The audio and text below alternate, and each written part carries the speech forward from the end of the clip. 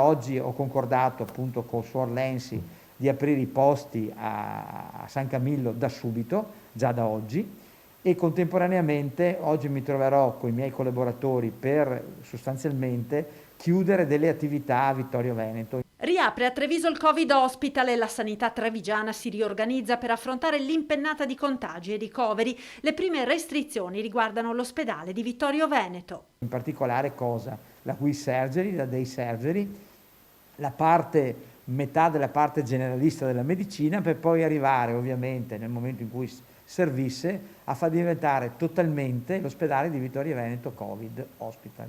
Nel frattempo al Cafoncello, pur avendo già attivato 100 posti letto per pazienti Covid, si lavora per continuare a garantire l'attività ordinaria. Sia le cardiologie a posti letto pieni, 56 posti letto, sia la medicina, dove ancora manteniamo i nostri 80-70 posti letto ordinari, sia le chirurgie che non sono state toccate, che continuano a mantenere complessivamente i loro 60 posti letto, in modo tale quindi da poter fare interventi oncologici, interventi d'urgenza, ma anche interventi rutinari.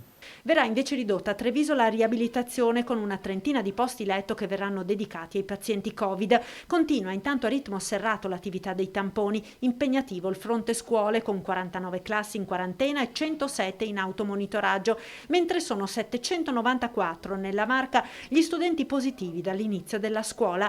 Per sgravare i punti tampone presi d'assalto, l'ULSS ne aprirà altri 2 dal 2 novembre a Casier, dal 4 a Valdobbiadene, e mentre aumentano i focolai, di oggi la notizia di 14 contagiati in un'attività commerciale e 5 in seguito ad una festa di battesimo, preoccupa il fronte case di riposo.